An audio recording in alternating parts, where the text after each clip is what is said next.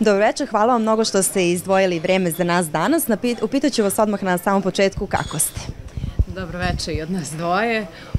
Ja ću za sebe. Ja sam umorna, ali sam dobra. Za gospodina već ne znam. Dobro, sve okej, super. Radno, je li tako? Pa sad nisam baš radno, pošto sam bio bolestan na mjesec dana, ovaj virus. Ali okej, sad treba da počnem, pošto me čekaju veliki poslovi. I veliki projekti, Tako je. Moram te odmah Zorana upitati, s obzirom to si pre 10 meseci postala majka, kako se snalaziš sada u ulozi majke? Je li to negde zaista najteža uloga kada je žena? I najizazovnija, ne, rekla bih pre da je najizazovnija, jer ako iko može da upropasti svoje dete, može roditelj, naravno dobronamerno.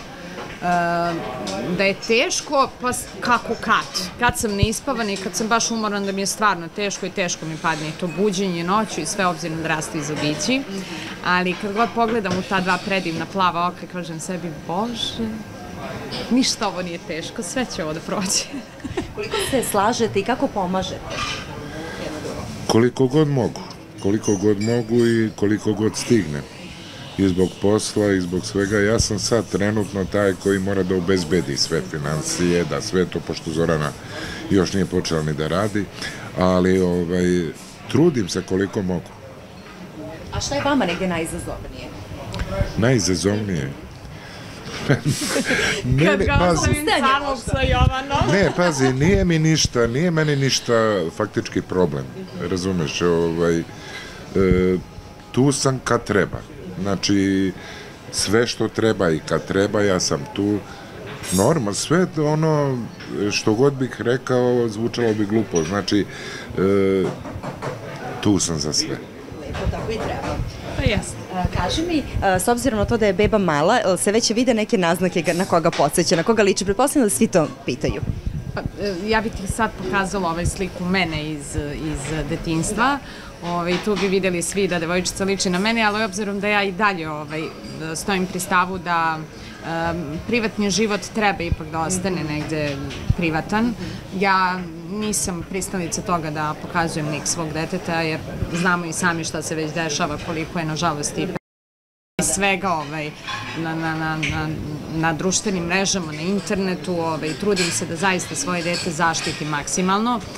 A mene ako lično pitate, majka će uvek da kaže da dete liči na nju, tako da... Ali liči, stvarno liči na nju, jer kad ja gledam njene slike, kad je bila klinka, mala i šta ja znam, to je plava kosa, oči, svetle i šta ja znam, baš na nju i oblik lica i tako, mislim, rano je još za sve to, ali...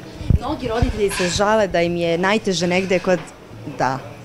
To sam ja. Baš i slatka tu. Koliko si imala godina? Ja mislim da sam ovde imala nekih 6-7 godina otprilike. To je u stvari moj prvi odlazak na Kosovo, obzirom da je moj pokojni otac sa Kosova. Tad sam bila u poseti kod bake i deke, tad su me slikali i tu mi je poslala moja strina pre neki dan i kaže, moram da ti pošaljem sliku da vidiš koliko ličite ti i Jovanu u istinu.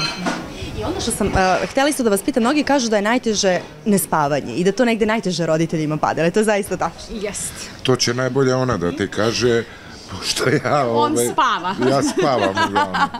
Ali da se razumem, on spava iz razloga zato što za sada smo još uvek u razdvojenim stanovima, jer naš stan nije zvanično gotov za useljaj.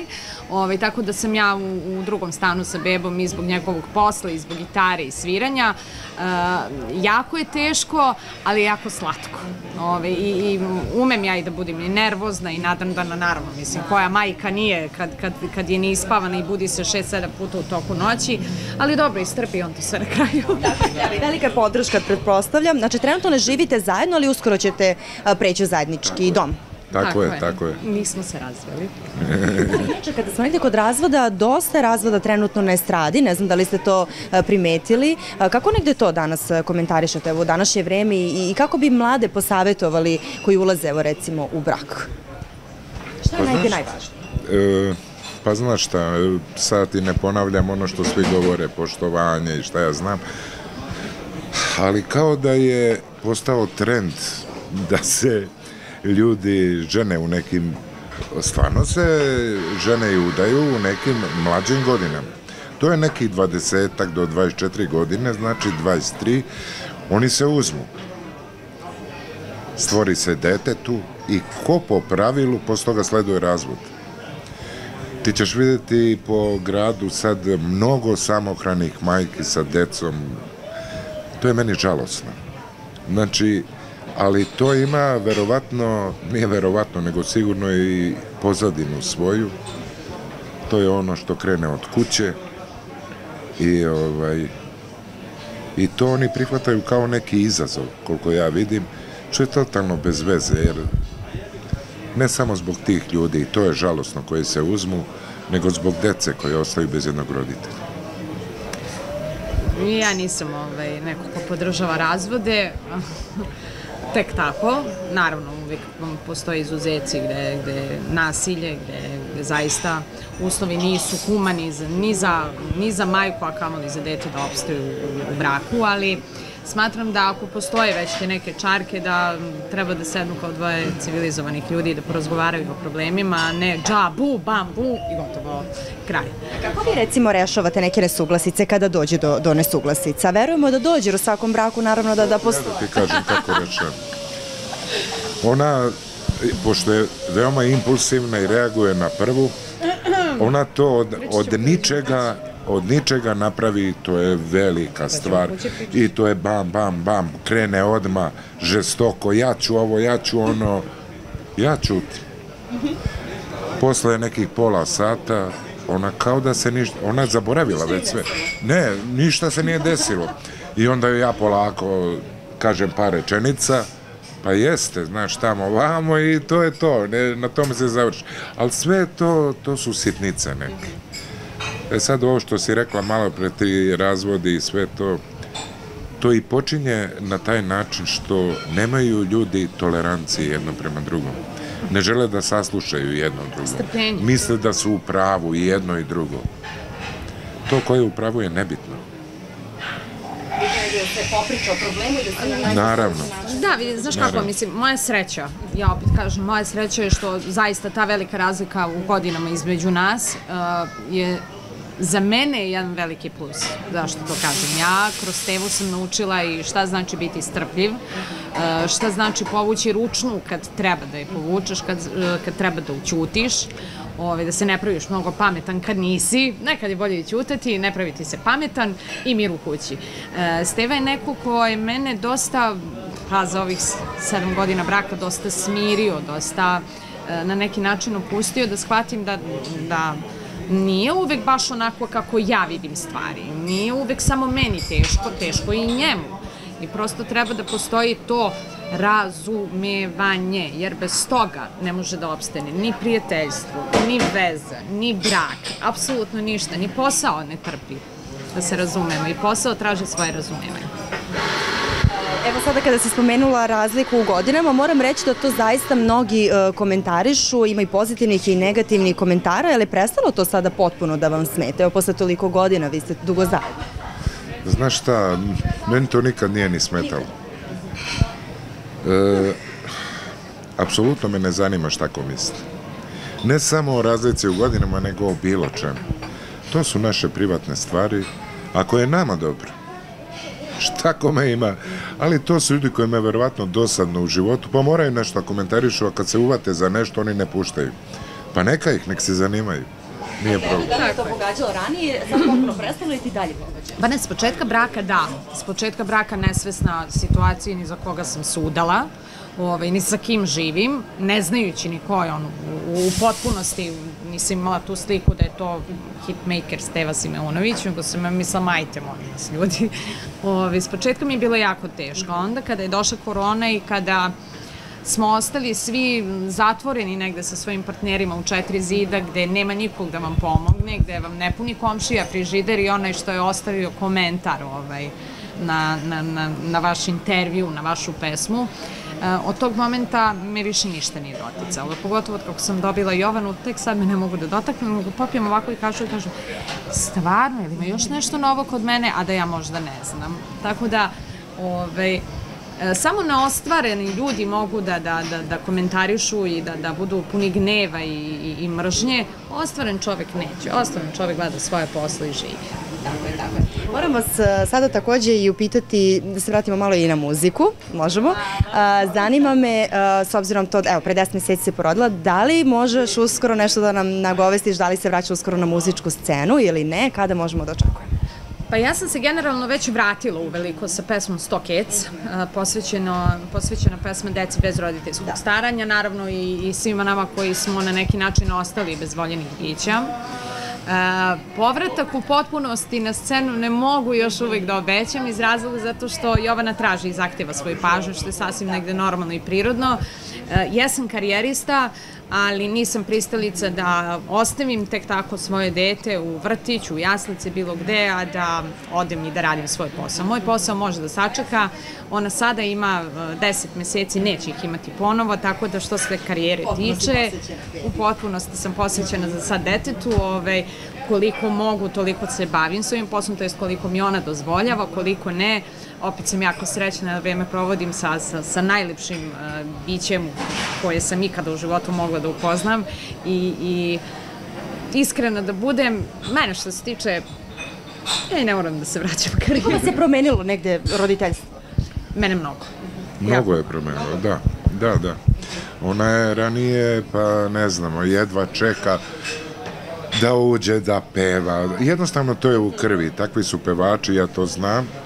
I muzika je tu u njoj, znači non stop, kada ne ide na tezgu neko i nešto pričamo ranije, ona kući to, znači ili vežba ili uči nešto, proba i tako dalje, a sad, pa ja ne znam, po ceo dan samo ljubi Jovanu, znači poljubi je 1.000.000 puta u toku dana i samo je gleda, samo, to je, kažu šta je ljubav? A eto, to je ljubav. To je predivno. I previše. Već je. Da. Već je ozbiljan problem da izađem iz kuće, a da ja o tome ne ispratim njene suze i vrištanje.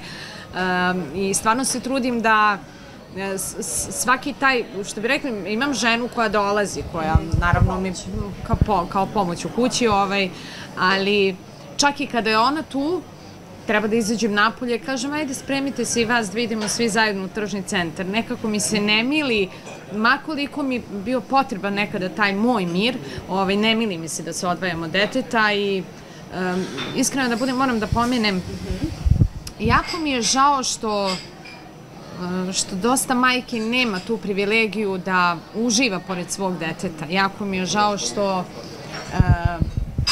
na porođajima majke jako loše prolazi. Te teme moramo da se dotaknemo, jer i ja sam jedna od tih koja je, nažalost, posle porođaja doživela jako veliku traumu, a to je da sam krivicom drugih i greškom i propustima drugih ostala bez mleka za moju Jovanu.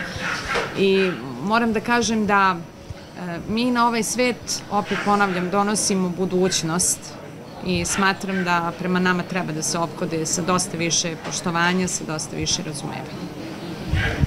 Dobro, ona je strašno bila povređena tad kada je izašla iz bolnice. Naime, ja sam 21. dan morala da idem na hitnu kiretažu jer je ostala posteljica. Nemoguće da se ta posteljica ne vidi. Znači, ljudi, ja sam 21 dan nosila bolest u sebi. Mogla sam da dobijem sepsu, a već sam bila i dezorijentisana i nemoćna i iscrpljena kada sam došla na kontrolu posle 21 dan, jer sam imala komplikaciju. Oni su mi rekli, jao, pa vama je ostala posteljica, zamisli. Pa ja sam mogla da umrem, ljudi. Moja Jovana je mogla da ostane bez majke. Ali to nije samo moj slučaj. Koliko je još žena koje su na takav način propatile. Ne pričam ja samo tu o majčinom mleku, ja tu pričam o nama kao ženama i šta sad sutra treba ponovo da kažem sebi, da se osmilim da rodim drugo dete i da razmišljam da li ću moći tom detetu da dam majčino mleko, da li ću ja izaći iz te bolnice živa i zdrava ili ne. Ne pričam ja samo o tome. Nadamo se da će biti sve, da je zapravo dobro da se na kraju sve ispalo kako treba. Hvala Gospodu Bogu, ispalo je na kraju kako treba, ali opet apelujem da se povede malo više računa o nama. Je sve okej sada zdravstveno? Za sada, hvala Bogu, sve je okej, ali trauma uvek ostaje tu. Sad bih hvala da pređemo na malo lepše teme, da. Htela bih da vas pitam koliko se dobro poznajete. Može me na kratka pitanja? Jel može? Ajde. Idemo. Gde može? Ja ni sebi još nisam. Ali dobro, ajde. Simpatična su pitanja. Gde vam je bio prvi dejt? Gde je bio? Gde vam je bio prvi dejt? Gde smo se prvi put Ja da kažem, ja. Može da je prvi U Steko. Restoranu Steko.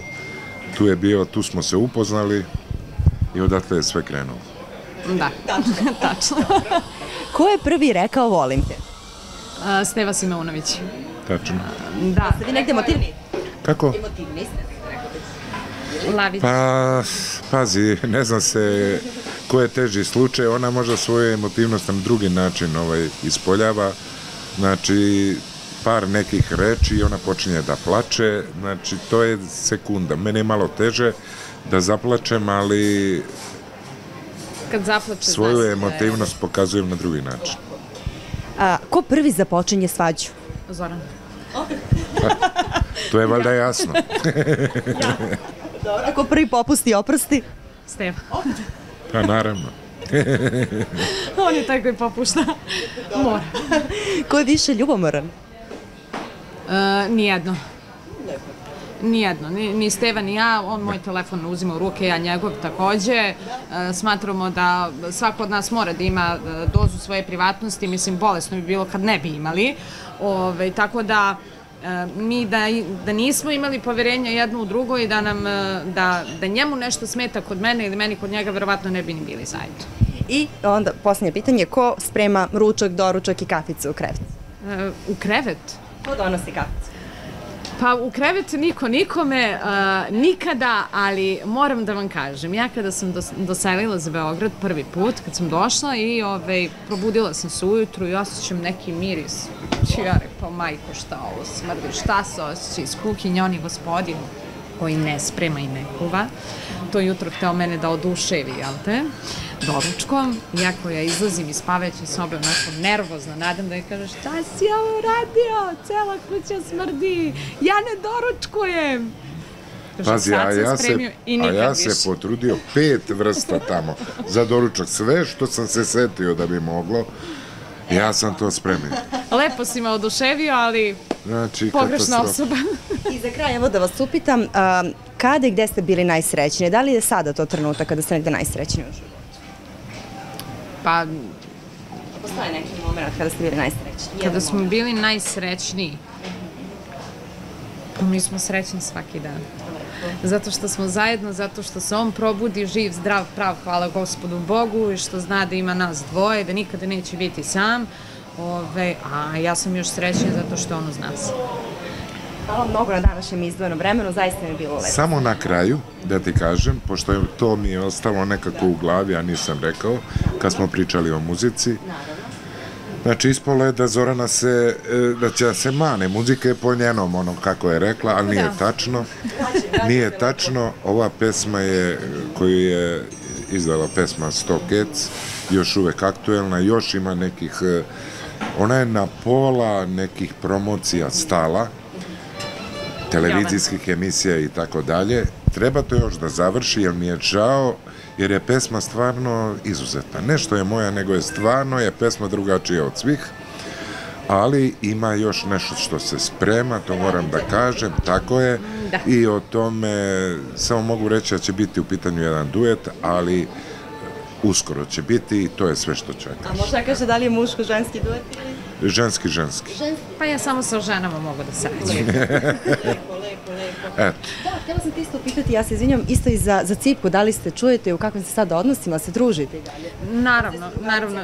Naravno, ja mog Cileta jako puno volim, imam prilikom je pozdravljam i za nju imam veliku podršku, to je jedno predivno biće, čisto, neiskvareno, i smatram da zaslužuje malo više poštovanja od kolega novinara, da je ne razvlače u toj tolikoj meri kad zaista ne zaslužuje.